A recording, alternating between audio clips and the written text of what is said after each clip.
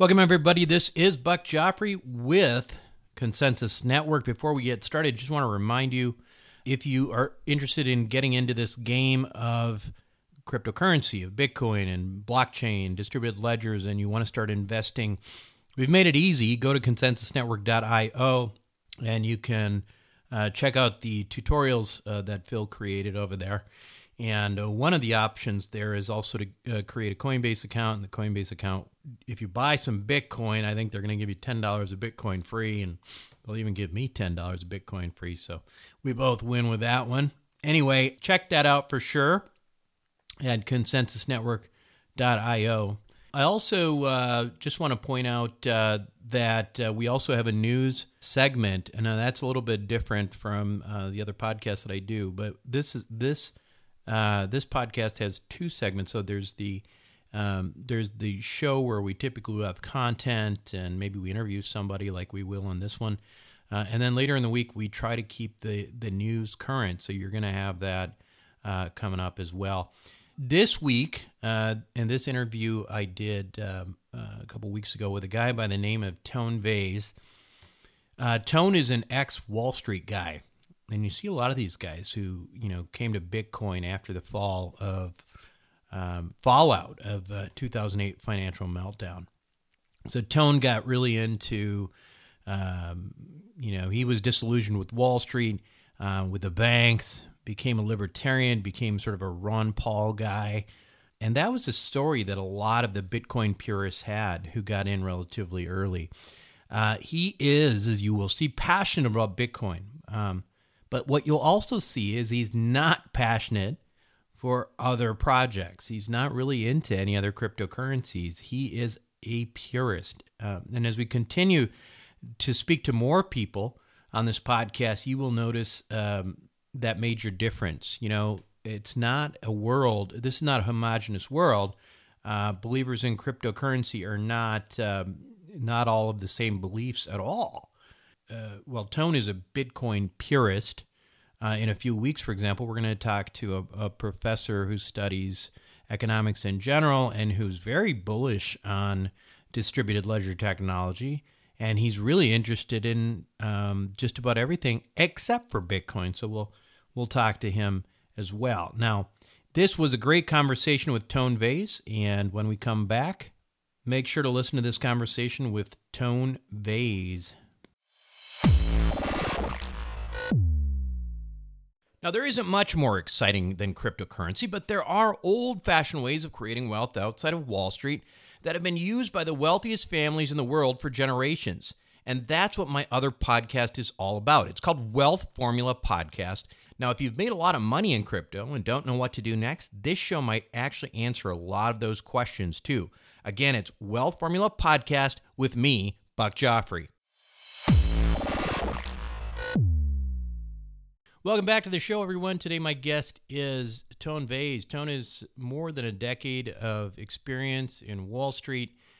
Starting as a risk analyst at Bear Stearns, Tone later became a VP at J.P. Morgan Chase in the aftermath of the 2008 financial crisis. His expertise is in economic trends, trading, and risk analysis.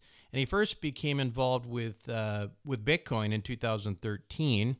And has been active in spreading the relevance and importance of this technology since then. He's been featured in several documentaries, including Magic Money and Bitcoin Beyond the Bubble. Tone, welcome to the show. Hi, thank you for having me on. Looking forward to this. Yeah, man. So you started out, it sounds like, as a typical finance guy back in 2007. You joined up Bear Stearns. Perfect timing, by the way. So tell me how you got there, and what was it like to be in the front row as you saw Wall Street melt down? It was interesting. I mean, I was new to it, right? I was still learning the ropes. I was still trying to figure out what I was doing. And I guess we locked out because it wasn't like straight Bear Stearns. It was a subsidiary mostly owned by Bear Stearns. And what we were doing was we were doing third-party independent risk of hedge funds. So while Bear Stearns is collapsing, our unit is very, very profitable because all of these hedge funds are trying to figure out how risky are all of these positions. Right. And we did really well in 2008 during the crisis. Even during the collapse, I mean, there was like a couple of days where we're like, should we be working? Are we going to get paid?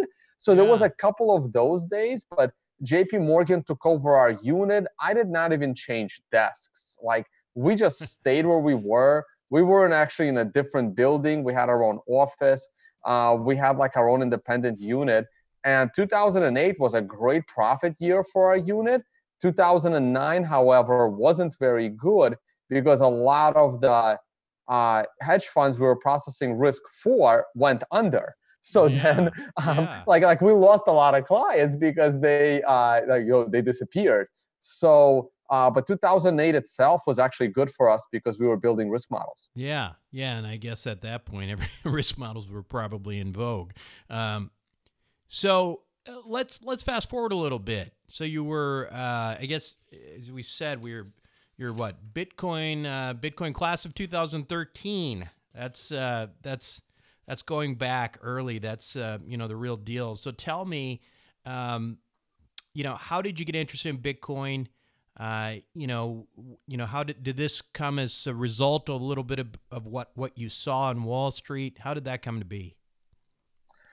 Yeah, so 2013 is a very interesting year because 2013, if you got in January, you got in at $10. If you got in November, you got in at $1,200, right? So that's a huge variance. Yeah. That's even more than what happened in 2017, going from about 1,000 to 20,000. This was from $10 to over $1,000.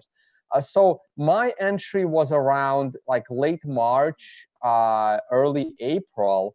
And it wasn't something I saw on Wall Street. It was something that I saw in Cyprus when the Cyprus banks basically got shut down and half of the money above 100,000 euros was just confiscated by the government.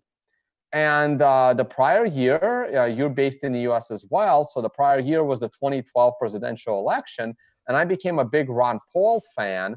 So leading into that 2012 election, I started paying a lot more attention to, hard money and the libertarian philosophy and, be slowly becoming a gold bug, which I thank God that didn't last very long because I don't see Yeah. gold as a very good investment. We can maybe talk about Yeah. that if you like. Yeah. But so I was moving into that zone and I started watching a lot of alternative news, like some Al Jazeera and RT, like non-mainstream news TV. And I heard about Bitcoin in 2011 on RT in relation to the WikiLeaks incident when WikiLeaks got cut off from being financed by credit cards and PayPal and bank transfers. And WikiLeaks almost shut down, but then they started taking Bitcoin for donations. And that piqued my interest even back in 2011. But it wasn't until the Cyprus events in 2013 where I said, oh my God, what if the US government wants to confiscate our money in the bank? What do you do? Because again, reading about the gold bugs, they took away the gold in 1934. Now we're almost 100 years later. They can just confiscate your money, the civil asset forfeiture, or they freeze your bank account so you can't even hire a lawyer. Like, how does a person protect themselves? And keeping a bunch of cash in the house is not a smart idea. Same thing with gold bars. And Bitcoin gives you that out. It gives you something of value you can hold that can be confiscated. And my view of Bitcoin got absolutely solidified in 2015 with the Greek banking shutdown. And people had to wait in line at ATM machines, withdrawing their 60 euro per day allowance. And then the banks open 3 weeks later, and they have an allowance of withdrawing 400 something euros of their own money on a weekly basis. And I thought that was just ridiculous. So, and Bitcoin allows you to exit that system and be in full control of your own value. Of course, it comes with risks. If you forget your private key, also known as a password, no one can help you. There's no customer service. You are fully responsible. And if you lose your access to your Bitcoin, it's lost. Right. And you know what I think is interesting is what you're getting at is what intrigues me so much about Bitcoin and frankly, this just this whole movement of peer-to-peer transactions in general is that it's very much a confluence between libertarians and computer scientists, and that makes it a very powerful thing. But you touched on something which I think is worth sort of diving into, which is Ron Paul, libertarian views on gold-backed money, for example. Why is Bitcoin perhaps a better storage of value than gold? Sure, that's a very good question. So there's a very good book I always try to recommend to people. It was recently written. It's called The Bitcoin Standard by a PhD economist named Saifedean Ammous. And he talked about hard money. And he talked about the importance of hard money. Now, I've always been back and forth. What's a better financial system? Is it hard money like gold, or is it a fractional reserve system like we have today? There are decent arguments on both sides. It's hard for me to, as much as I don't like the fact that my fiat currency gets deflated away, the US has been fairly responsible with theirs. That's why it's the world reserve currency. Of course, most countries aren't. But I go back and forth. Like, would we have the internet today if we never got off the gold standard? And the answer is we don't know. So you don't know where will we be today? Will we have better technology today? Or would we not have as much technology today because we wouldn't be able to finance some of these operations without fractional reserve? So that's a debate going back and forth. Now, when Satoshi launched Bitcoin, I always say Bitcoin competes with fiat currencies in three ways. It's unconfiscatable, as I already mentioned. It's censorship-resistant value transfer, so you can send it to anyone, without permission. It's not, it's not as fast as it can be. It's going to get better. It's not as cheap as it can be. It's going to get better. It's not as private as it can be. It's going to get better. These are all technological things that are in the works. And within a few years, they're going to be much better. But Satoshi didn't have to launch Bitcoin as a gold type hard money. But he did. He could have chose any monetary policy he wanted. He could have chosen 2% yearly inflation. He could have chosen decelerating inflation. Let's say 50 Bitcoins every 10 minutes for the rest of time. So it's infinitely inflationary in terms of Bitcoin, but at a decelerating rate. But he chose an half-life model where we know there will only be 21 million Bitcoin. Was that a smart move? We don't know, okay? The Austrian economists will say that it is. And it's actually harder money than gold because within 3 or 4 years, the new supply of Bitcoin will be smaller by percentage to the outstanding supply of Bitcoin, what Saifedean refers as the stock to flow ratio.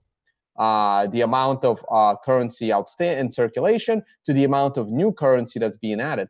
And Bitcoin is going to be even harder properties than gold. It's going to be inflating at a smaller rate. So that should have more demand for Bitcoin. Now, the way Bitcoin actually competes with gold is that gold isn't very good in a digital age. So with the invention of metal detectors and technology, your gold is now a lot easier to confiscate because metal detectors are preventing you from using gold, for cross-border value transfer. Even if you bury it in the ground, I'm sure it's not going to be hard for, the government to fly a helicopter all around and like ping the ground to try and look for, gold that's buried. I mean, how deep are you actually going to bury it? So gold has become confiscatable a lot easier than Bitcoin because I can store Bitcoin in my head and no one even knows I have them. Also, you can't use gold for peer-to-peer value transfer because there has to be a middleman transferring that gold, which is why all of these crypto initiatives that use gold as a reserve, it's like, well, this crypto is backed by gold. Well, that makes no sense. eGold tried to do this, 20 years ago and 10 years ago, they got in serious trouble and went to jail, and the gold was confiscated.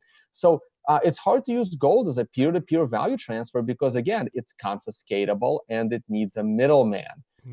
But the financial properties of gold and Bitcoin, they're about the same, but Bitcoin competes. And again, it's a digital age.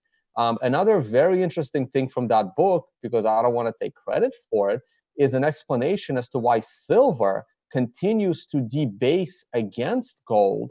And a lot of the silver proponents talk about how silver has been more common money than gold for the last 3,000 years, going back to the days of the Romans. And the reason for that is because gold wasn't very divisible. It's hard to subdivide gold lower than a gram, but a gram of gold still buys you quite a bit, especially, hundreds of years ago. So they needed a micropayment. They needed a smaller unit than a gram of gold. And that's why silver was so popular for the common people. With the advancement of technology going into the 20th century, you were able to put gold in a bank account, and now you've created paper money backed by gold, and you no longer need silver to subdivide gold. You can subdivide gold with paper money. Of course, they broke the backing of that paper money to gold. But from a technological perspective, silver should continue to lose its monetary elements because in the current age of technology, it's just not needed to subdivide gold.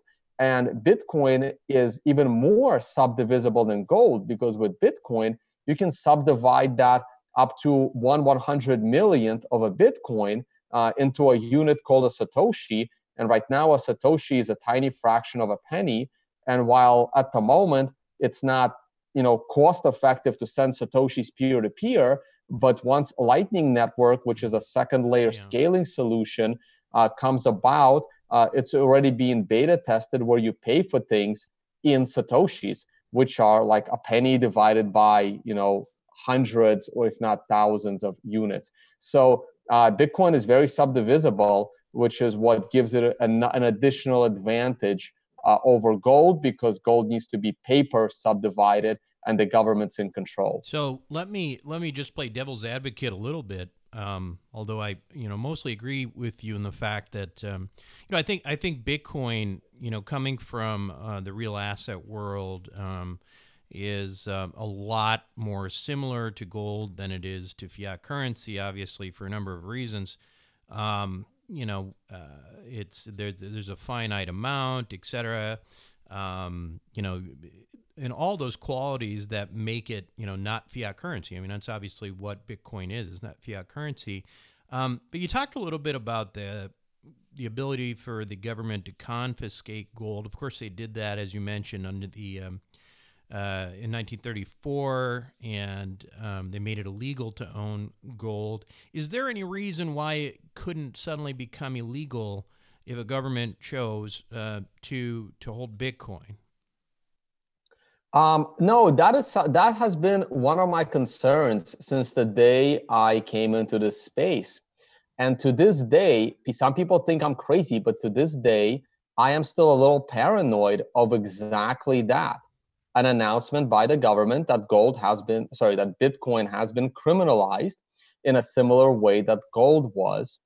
And this is why I still do not buy nor sell Bitcoin through the banking system.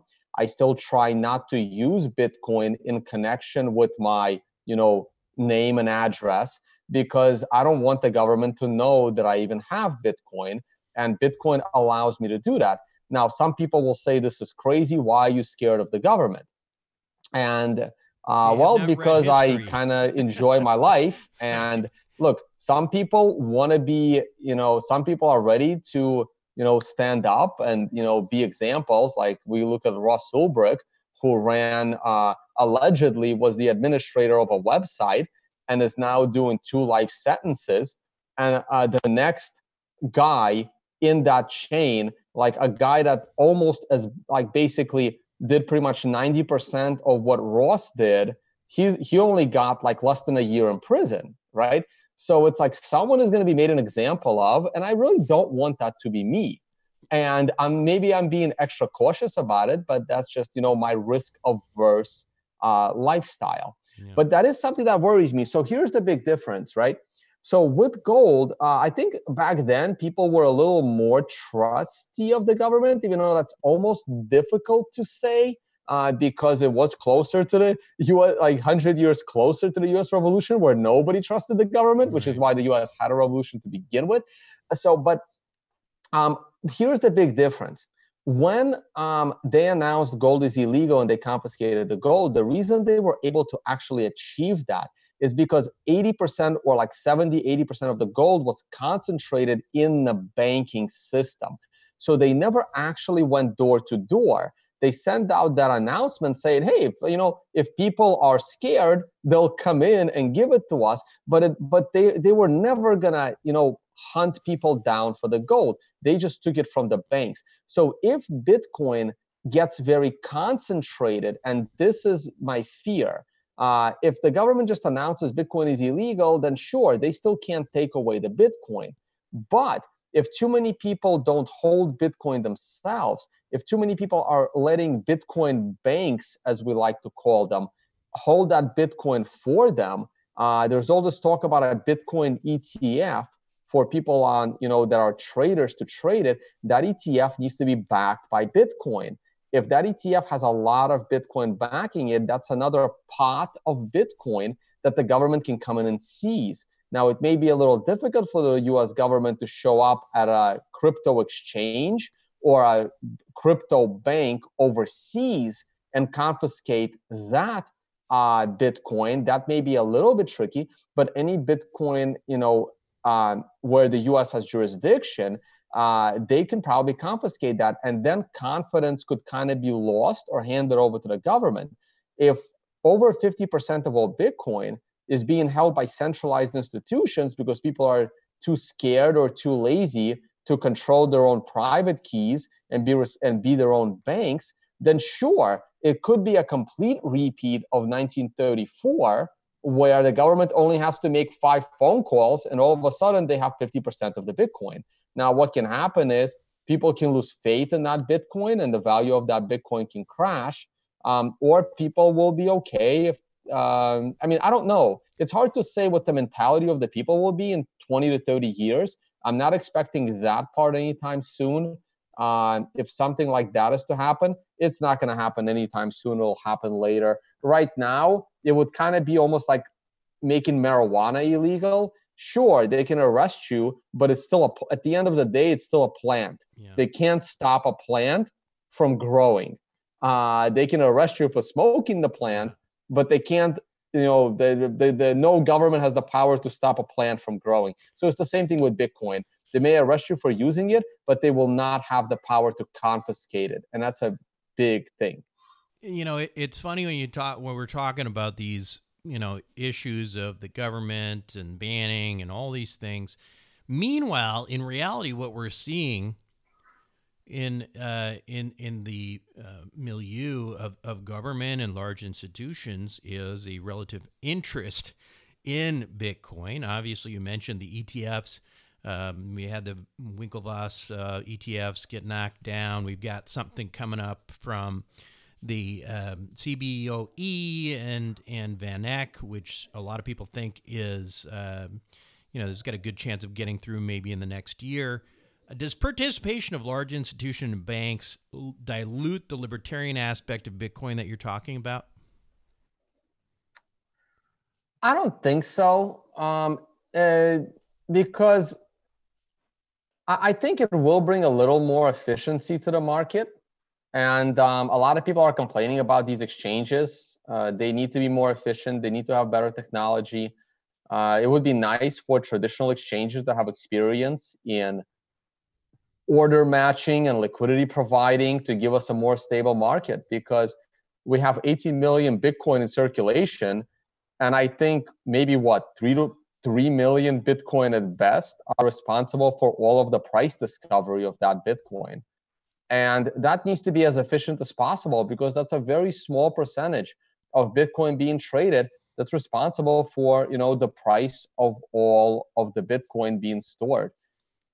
I think everything gets easier when one Bitcoin is worth a lot more money.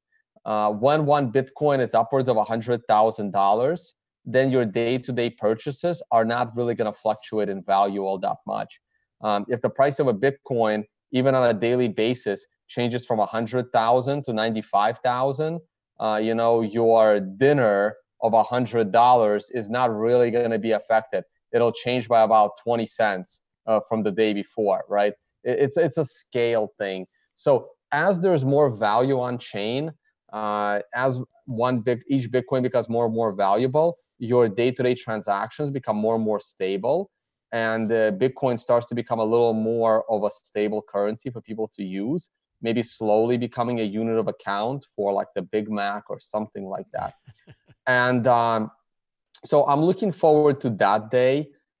If it's a legitimate product, it's gonna have to be, in the financial realm.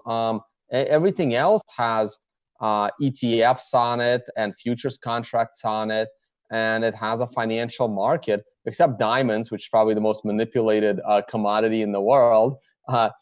People always like to say how gold is manipulated, and I throw it back at them. No, it's not.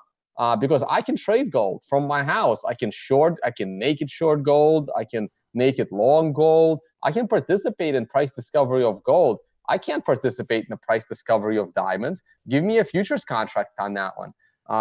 So we'll see. I think having good financial contracts by institutions that know what they're doing is a good thing, not a bad thing. But what does worry me is the honeypot of Bitcoin that may underlie those assets that could be confiscatable. So I can really debate both sides on this one. Yeah, although presumably the argument there, at least in my view, would be that once you've got, there's a lot of talk within the Bitcoin community about this, as whether ETFs are good or bad for Bitcoin in general.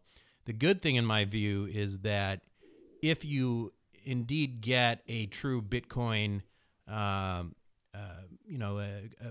something that's held physically, as much physically as you can be, like the Van Eck CBOE product, then Bitcoin becomes a true, a true commodity. It's now recognized. It's very difficult to undo that. And from that end, it makes me feel like if and when that happens, Bitcoin's around for 100 years. Yeah, no, I completely agree with that. And even though, like I said, I don't like the fact that there will be Bitcoin being concentrated, it's very difficult. Like what we talked about earlier, can the government just come out and ban it? Well, a little hard to do when there's futures contracts, right? A little hard to do when there's ETF contracts. A little hard to do when Goldman Sachs is involved in trading it. Exactly. It becomes very difficult to do. The U.S. government would have to go. It would have to be in the middle of some major catastrophic financial crisis in order to do it. It can't just be a moral issue. It has to be like our country is going to collapse if we don't confiscate Bitcoin issue like it was in the 30s or in the 70s when Nixon couldn't keep paying out gold to the French. Right. Like it has to be like we have to do it or the country will fall apart kind of scare tactic. And a moral issue will never do that. Yeah. You talked a little bit about Lightning Network, and for people who don't know about that, I think it's a useful topic because, there's a lot of one of the topics I think that you see even within the Bitcoin community at this point is, what exactly is Bitcoin? Is it a currency or is it a storage of value? Is it something that you move around hundreds of thousands of dollars around, or is it something to buy a Big Mac? And first of all, what's your view on that? And if you could, you mentioned Lightning Network. Talk a little bit about Lightning Network, what that is, and potentially what, the implications are. Sure. So ideally, in the near future, Bitcoin needs to be both. It needs to be a store of value, and it needs to be a medium of exchange. Now, this dynamic has been almost impossible to achieve throughout history.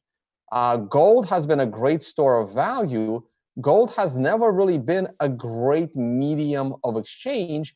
And one of the reasons is because it's hard to build a good payment system with gold. Right. They tried one with Bretton Woods, and that failed as well. So because government has too much power and control. So the fiat system is an amazing medium of exchange, but it's a terrible store of value. I mean, in the US and a few other countries, it's a decent store of value, but in the majority of the world, it's a disastrous store of value. So it's really hard to do both of them. And because it's hard to do both of them, they don't exactly both go up evenly. Right now, we're in the middle of a 70% value drop in the price of Bitcoin because the speculation just got out of control. So a lot of people, I've debated Nouriel Roubini, and he's big on this, saying, how is Bitcoin a store of value? It just fell 70%. And it's hard to make the argument, yeah, but if you look back an extra year, it's still up 600%, right? So it's a matter of perspective, right? It matters on your time frame. So both of them come and go. And 3 years ago, Bitcoin was an amazing medium of exchange because not a lot of people were using it. And then end of last year, Bitcoin got so popular and a lot of bad actors wanted to spam the Bitcoin blockchain, like sending you 1,000 emails a day and crashing your email server. Bitcoin is no different than that. So a lot of bad actors took the opportunity that Bitcoin's popularity was already starting to stress its medium of exchange technological layer, and it didn't take much effort to spam it a little bit more and make it very expensive and very slow. And they used, that tactic to try and promote their scam coins. So when Bitcoin became such a great store of value, everyone started becoming rich. They wanted to use it. They wanted to spend their wealth, and the medium of exchange technological layer wasn't ready to support that kind of a mass adoption. And now we're back to, okay, well, the store of value property is kind of taking a hit, but right now Bitcoin is once again very fast and very cheap because the technological layer improved. So they're both improving, but they don't improve together because when one starts doing well, it's at a little bit at the expense of the other. So they both do go up, but not at the same time. As far as the Lightning goes, so Bitcoin has its fundamental properties. It's the same three properties I talked about in the beginning: unconfiscatability, censorship-resistant value transfer, and the gold type monetary policy. These three properties cannot be endangered. And the problem is because Bitcoin's code is insanely difficult to change. The littlest thing is very difficult to change because you don't want to endanger these three properties. If Bitcoin code base was easy to change, these three properties would always be at risk, and Bitcoin would not have the confidence to be worth this kind of value. So you can't endanger these three properties. So unfortunately, because we can't endanger these three properties, we are stuck with 5 to 7 transactions a second on the base layer of Bitcoin. So going into the future, because we only have 5 to 7 transactions a second on the base layer, those transactions would need to get bigger and bigger and bigger and cost more and more money. So all of your little transactions now have to be done on an additional layer on top of Bitcoin, and then they settle to the original layer. So instead of you and I doing a transaction for $5 on the base layer, you and I would be doing a transaction on a secondary layer, and then maybe at the end of the week, that transaction would settle to the base layer after we've done, several, 20, 30, hundreds of transactions.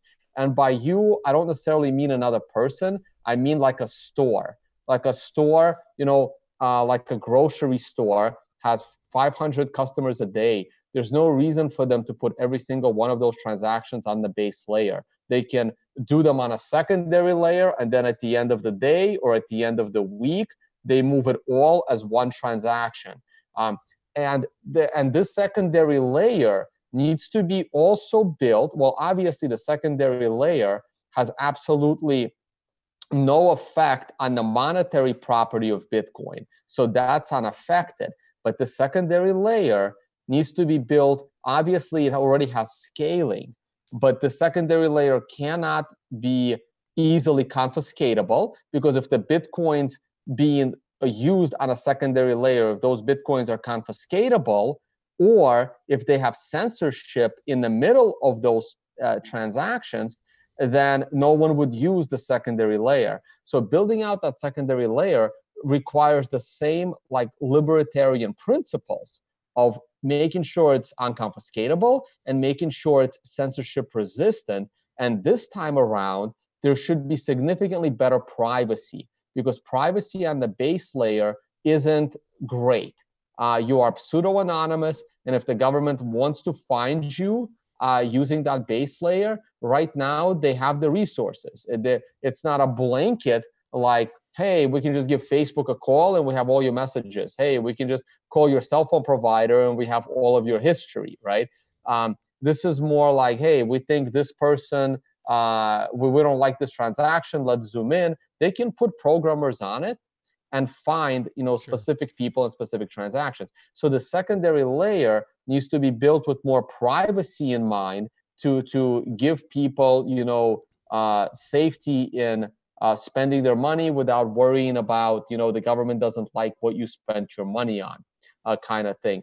And so that's what I'm looking forward to. There may be more privacy features on the base layer as well, but it's a double-edged sword putting full privacy on the base layer, because when you have too much privacy on the base layer, even the developers now struggle to find out, hey, what is happening under the hood?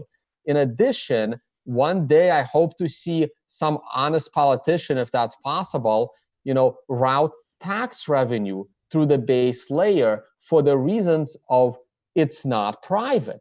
So there are multiple reasons for privacy conscious people to not want privacy by default, like charity organizations and government revenue. There are lots of use cases where you don't want privacy in your financial transactions. And by putting too much privacy on the base layer, you are removing the good thing that could be done for civilization by not having that privacy. So how far away are we from a functional second layer or Lightning Network type vehicle? Best guess for probably about 12 months. Probably by this time next year will be good. There are some really neat test cases going on. People are doing really interesting stuff in beta testing. It's recommended not to put more than like a few $100 onto one of these Lightning nodes to use in these transactions, because they're both pull and push. And but yeah, lots of people are playing around. Nothing catastrophic has happened yet. So the technology is moving fast. It's kind of like progressing faster than you expect. But these developers are very cautious. They're very responsible. Even though things are happening faster than you expect, they're going to take even extra time testing it to make sure that, because the move fast and break things model in tech doesn't apply when you're when you're dealing with potentially $1 trillion market cap currency. Like, move fast and break things is the worst thing that you want. Slow and steady is a much better model here.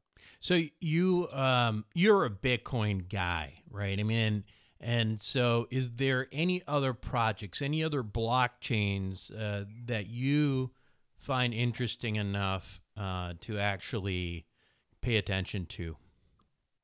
Not really. To me, a blockchain is the invention of Satoshi Nakamoto. People have been trying to solve the double spend problem for a long time. So the basics of the double spend problem is prior to the Genesis block of Bitcoin in January of 2009, any digital data that you sent across the internet, or even from your computer to somebody else's computer on a USB stick, any digital data you transfer, you're transferring a copy of that data. You're never actually losing that data. It's always an identical copy of a Word document, an identical copy of a text message. That's why you both have it. An identical version of a song. That's how MP3s became popular with Napster and then BitTorrent, right? File sharing. So people were trying to solve the double spend problem. Like, how do you send digital data and lose possession of that data? How do you do that? And nobody could solve it until Satoshi came up with proof of work. These are the miners that are burning electricity, generating new Bitcoins, and in a censorship-resistant way, peer-to-peer, you actually lose possession of your data, and whoever you send that data to gets that data. Now, that the data itself happens to be a very good use case for money, happens to be a very good use case for value, but it's hard to apply this use case to anything else. Like, a lot of people, oh, this is great, we can have identity. Well, then you can accidentally send your identity to someone else and you no longer have your identity, right? Real estate, well, no, unless you want to accidentally and permanently lose your real estate or send it to your neighbor, and your neighbor now legally owns your real estate, that's not a use case for a blockchain. Like, a blockchain is a true bearer asset where whoever owns it, whoever holds it, owns it. And it's just really, when you start to break that down, it's really difficult to find any other use cases. Now, a lot of people will tell you it's a use case, but my podcast analyzes this and tries to explain why it's absolutely crazy and why it doesn't really work. The government decides your identity because that's what identity is, right? It's your passport and things like that. The government decides if you own your real estate. You may not agree with it, but that's the reality of the situation. If you don't agree, don't pay your real estate taxes and watch what happens to your real estate.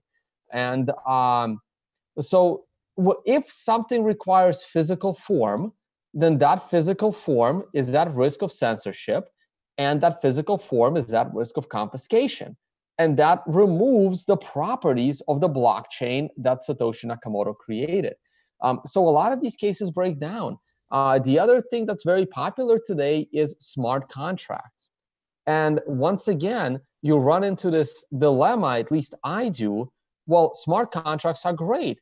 I love smart contracts. The soda machine, even though I don't drink soda, that's an awesome smart contract. I stick $1 into the machine, it spits out the soda. That's a smart contract. I don't understand why that smart contract needs to be decentralized. Bitcoin is decentralized to prevent censorship and confiscatability, and also to keep the monetary policy, because it was built with the concept of money. So if you don't, but these properties are just not needed in 99% of smart contracts. They don't need censorship resistance unless you're dealing in a contract that's actually illicit. You don't need to burn electricity. People always say how inefficient Bitcoin mining is. And I say, well, it's inefficient to you, but the people that are mining it, they're doing it because the government isn't offering them an unconfiscatable value transfer, censorship-resistant value transfer, right? That's why they're burning this electricity to create that. Your smart contract doesn't need that. Bitcoin is probably the most inefficient database the world has ever seen. But because of its inefficiency, it gives it properties that no one else has. You just don't need this inefficiency in smart contracts because they're not at risk of censorship, unless it's a contract that's very, very illicit. And that's not what most people need smart contracts for. And it comes down to, fine, have your smart contracts, but you don't need decentralization. Decentralization is a very expensive, very inefficient very slow tool set, and it only is needed to prevent censorship. So tell us a little bit about your podcast, a video podcast, and where we can, what is it called, where we can find it. Sure. So I've pretty much, I kind of work for myself. So everything is branded under my name. I started out with like a website and a catchy name for the website, but I decided to just brand myself. So everything is under Tone Vays. It's tonevays.com, Tone Vays YouTube channel, Tone Vays on Twitter, and other social media if I ever have time to actually start promoting myself on other social media. But the YouTube channel is going well. It started out focusing on trading because that is my expertise. My expertise is trading and technical analysis and chart reading. But my YouTube channel is about more than that. Like my expertise is trading, and because I'm too busy evangelizing Bitcoin and explaining it to the world, too busy to trade at the moment. It's not going anywhere. I'll start my hedge fund eventually and start trading again, or not even bother managing other people's money and just manage my own money like I used to do. So my channel really focuses on educating people about Bitcoin, covering the daily news or weekly news, depends on my travel schedule. We cover the news. Everyone always asks me about my price predictions. I do price analysis shows. Recently added a lawyer show, which is, I think, the most informative show. I get together on a stream with about 3 or 4 lawyers in the crypto space, and we talk about the latest law-related issues in the world of crypto. I occasionally interview people. I get interviewed pretty often. So my YouTube channel is pretty diverse with a lot of content. Because I'm not trading anymore, I decided to monetize by teaching a trading workshop where I educate people how to read charts and learn technical analysis. On average, I do about 2 of those a month all over the world as I travel. I just rent out a co-working space for a day. You get about 20 to 25 people in a room, and we go 7 hours straight of chart reading from the very basic to some pretty advanced topics. And I enjoy doing that. I actually used to be a teacher before I joined Wall Street. So I do enjoy educating people and teaching people. And that's another thing that I do as I travel, besides my YouTube channel and speaking at all of these conferences all around the world. Tone, this has been really, really good. Thanks so much for being on the show today. No, thank you. Glad to be on. We'll be right back.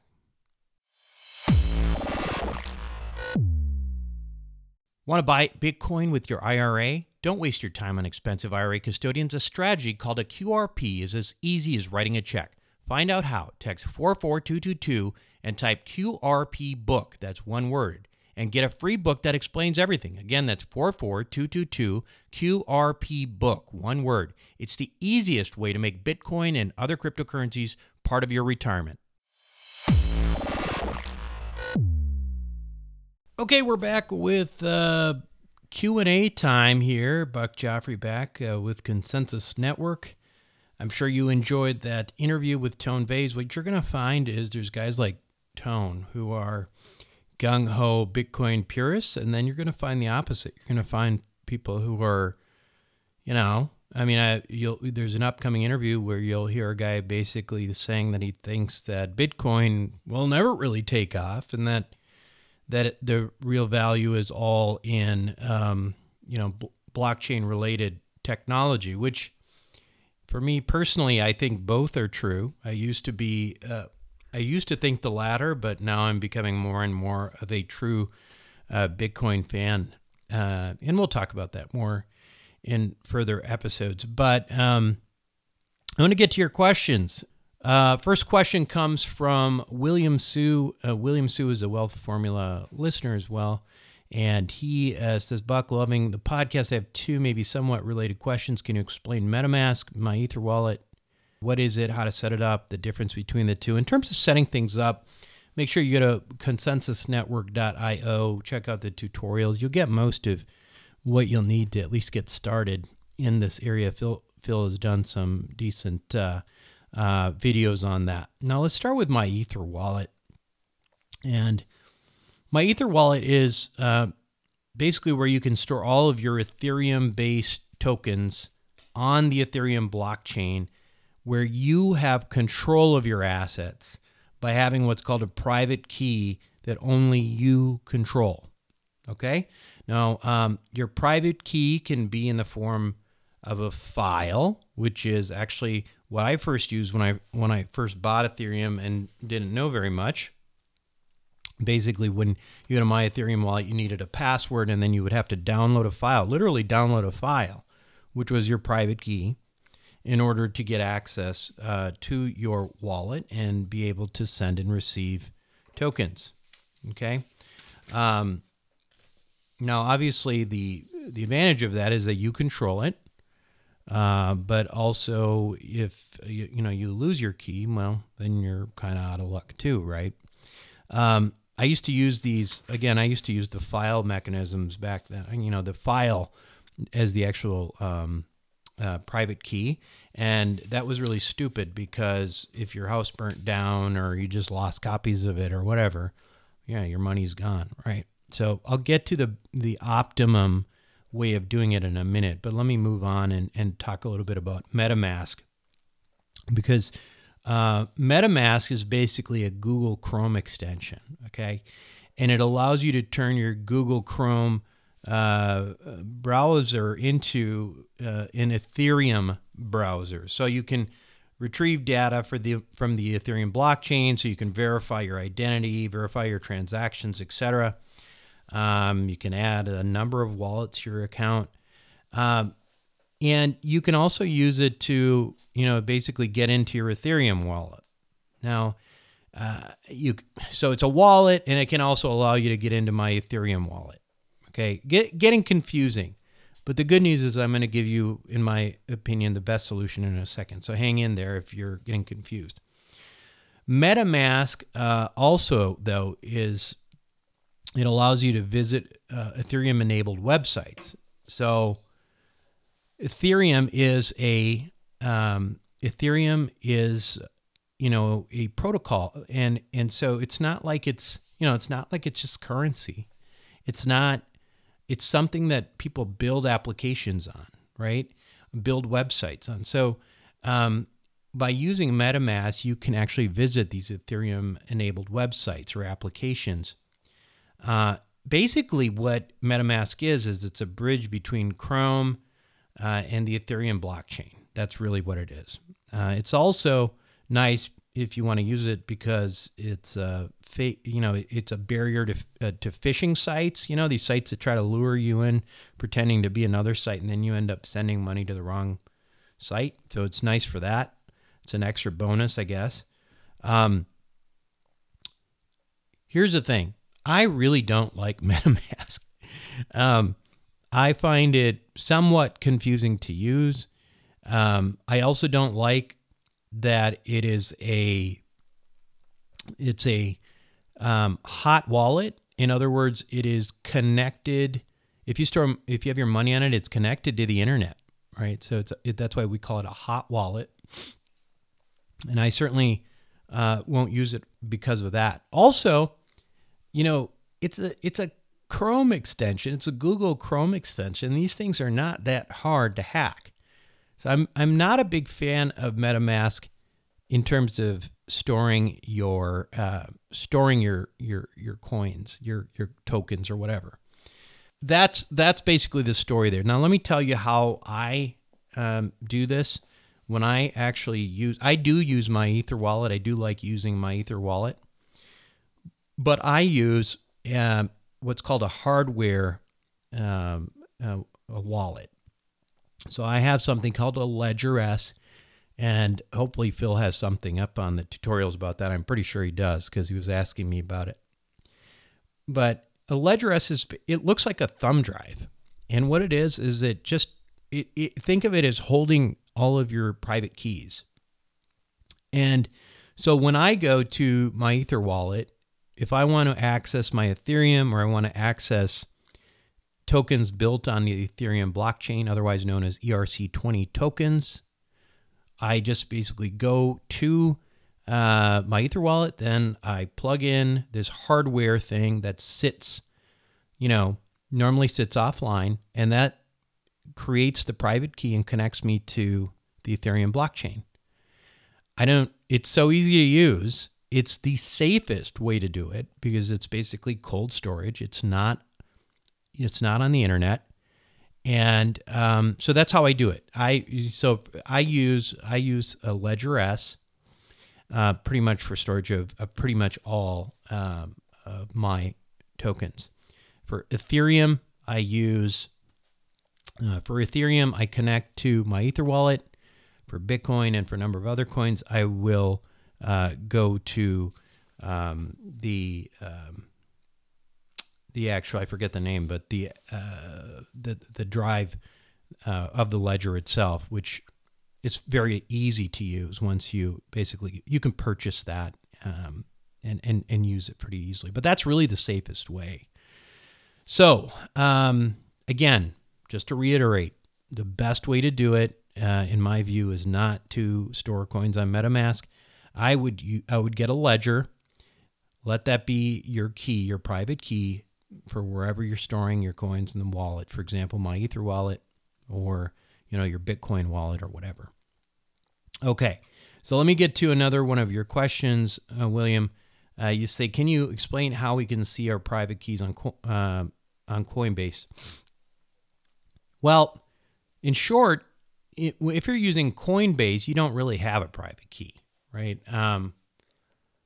Because what you're doing, Coinbase is an exchange, and your coins or tokens are on the blockchain, but the private keys don't really belong to you. They belong to Coinbase, and they belong to the exchange. And so even though there's all of this, Bitcoin or Ethereum that you bought on Coinbase, you don't have, they're sitting all basically in the wallet of Coinbase. It's all kind of meshed up into one.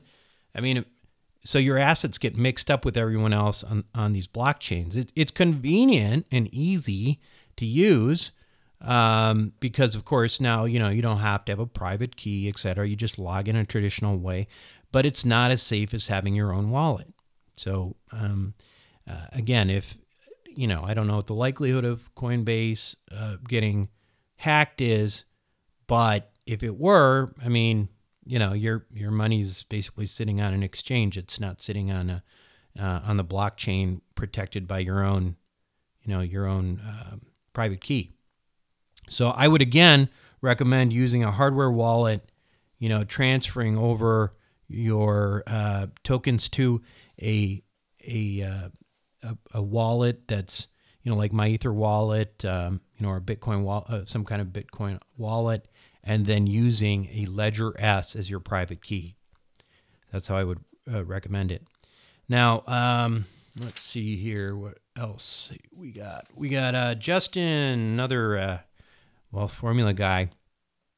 And it's an interesting question. So, and this, he writes, I have a question that goes in line with the early concept theme of this show. What is a hard fork, and when and why is it used? I understand the basic concept, but what exactly does it do to a blockchain? Why is this a technique that is sometimes used by different chains, and why does it seemingly generate so much controversy? Okay, so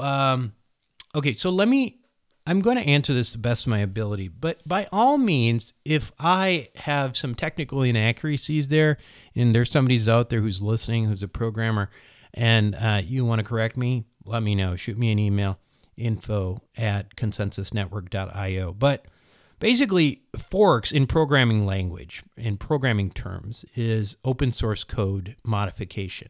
It's basically an upgrade to software, right?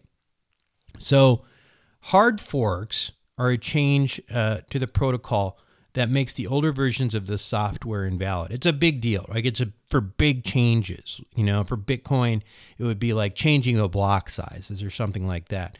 And in order for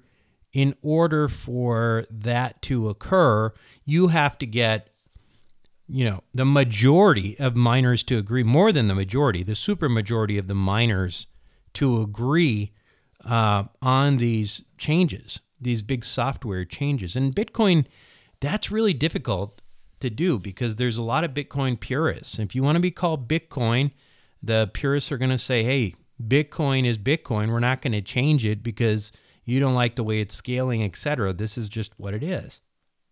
So the problem with somebody trying to, do a hard fork in that milieu is that you've got to have like, 85%, 95% of these miners to agree. And the reason for that is that, these things, again, they are a big deal to the ecosystem. You can't have two completely different protocols calling themselves Bitcoin. That creates a big problem. So typically, if it's that big of a deal, like literally changing the software and for the purpose of calling, for the name of, it's still going to be called Bitcoin, but you're going to completely change the software, then everybody's got to agree on it. If they don't and they split and somebody still tries to call themselves Bitcoin, and they're basically what would happen is the majority would do what's called a 51% attack, and they would destroy, the minority protocol. That's basically what would work. But there's other situations in which, there is forks that are not quite as contentious because they are not really intending to have the same identity. And Bitcoin Cash was the best example of that. And basically what they did is they just literally split from Bitcoin. They started their own. Their own permutation of Bitcoin. They weren't asking to be Bitcoin anymore. They were going to be Bitcoin Cash. And so everyone who owned Bitcoin before the fork ended up getting identical amount of Bitcoin Cash because it basically split off, right? They stopped adding to the Bitcoin side itself. It became the Bitcoin Cash, or it became the Bitcoin Cash fork. Anyway, that's in a nutshell kind of what the way I understand forks, hard forks, etc. The bottom line is that it is very difficult to get a decentralized group of miners and programmers to really agree on major software updates. Ethereum has had more luck with that, and mostly I think it's because Vitalik Buterin sort of runs the show there. He was the guy who created Ethereum, and usually it seems like his ideas turn out, or what he wants to do ends up going, and they've done a few different updates there. Got another one from Dr. Fung. And this is a fairly basic, but I think a good question to get into. We alluded to it earlier. But he says, hi, Buck. Thanks for starting the show on crypto. It's a good, safe place. A basic question. I see two coins mentioned more than others. One is called Bitcoin, the other one Ethereum. What is the difference between them, and why would I choose one over the other? Well, this is a good place to ask because it is, I want beginners and people who are more involved with this as well. And some people have been buying the stuff and still don't really know the difference. Basically, Bitcoin and Ethereum are two different blockchains altogether. They're two different protocols altogether. And Bitcoin was the initial blockchain that was, the Satoshi Nakamoto paper, the initial thing that really, the whole idea behind Bitcoin was really for the purpose of being a currency or storage of value. And it is a very, very narrow application in that regard, right? And Bitcoin isn't trying to be, this is more complicated than this, but let's just say for now, for the most part, Bitcoin is not trying to be anything but a currency. And so the way to think about it is a highly secure, highly specialized tool for the purpose of exchange of value. Now, that's really important because the limited utility of Bitcoin in that sense also makes it highly secure. If you think about like exposure surface, right? Like if where your activity is actually going to occur and where it can be attacked, Bitcoin has a very, very narrow exposure surface. And so that makes it uniquely valuable for the exchange of value and storage of value. Ethereum is different, and it's very different. And this is where, like, it's amazing. You talk to people who are literally doing, courses in blockchain or whatever, and they don't know the difference here. Ethereum, although has a price afforded to it, I mean, it's worth something. It goes up and down in value. But what is Ethereum? Ethereum was not meant to be a currency. Ethereum was meant to be a protocol. Ethereum was meant to be a platform, right? It's for all those other things that we talked about in the introductory shows, where you can design smart contracts.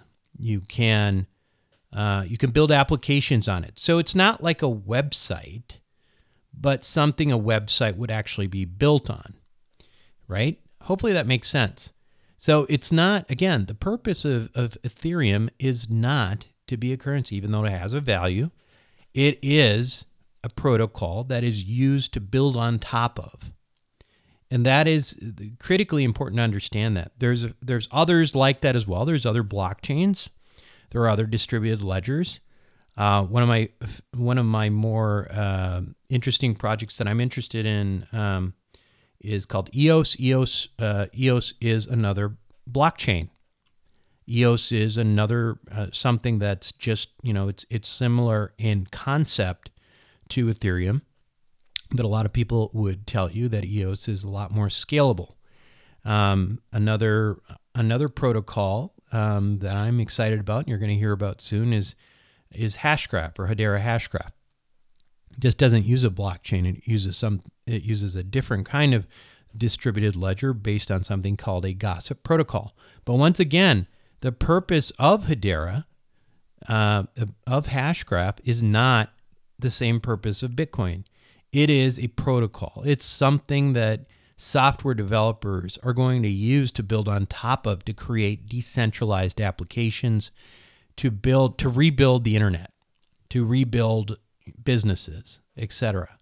So hopefully that's clear. But it's a very good question, and I think it's something that, again, it seems like even the so-called experts, because I'm finding a lot of people call themselves experts in distributed ledger technology, but they don't seem to know some of these basic things. By the way, I don't call myself an expert. I call myself a guy who's very interested and relatively able to absorb new information, that's learning with you, who knows more than most people out there right now. But again, that's not very difficult because most people don't know very much about cryptocurrencies in general. By the way, one last thing I'll say is, if you hear, one other thing that I'll tell you is that when you hear people talk about blockchain's great, I just don't like cryptocurrency, it's almost nonsensical, because the whole idea behind what makes this technology work is the idea of decentralization. And you can't have decentralization without cryptocurrency. So if you hear somebody say that, if you hear them say, I really like blockchain, I just don't like cryptocurrency, then they don't really know what they're talking about. I can guarantee you that. Anyway, hopefully that was a useful Q&A session. And again, if I'm inaccurate anyways, you have better ways of describing things or whatnot, feel free to send me an email at info@consensusnetwork.io. In the meantime, I would also urge you to send your questions there, or, like I said before, preferably you ask questions and we can air them. It'll be more exciting to hear your voice on the air, but it seems like most of you are shy, which is fine, but it will be fun if people would like to voice their questions instead of write them, And if you have any other comments on anything I've said, I would love to hear it. We're all learning together here. I think, like I said, this is a process that takes a while to learn all this terminology. It's a new language, but the more you learn it, the more you're going to love it. And that's it for me this week on Consensus Network. If you like the show, make sure to go to the website consensusnetwork.io and go out there and there's an easy way to give us a 5-star review. We need lots of those early on so we can get on the map and keep attracting really good talent, just like we did with Well Formula Podcast. And that's it for me. This is Buck Joffrey signing off.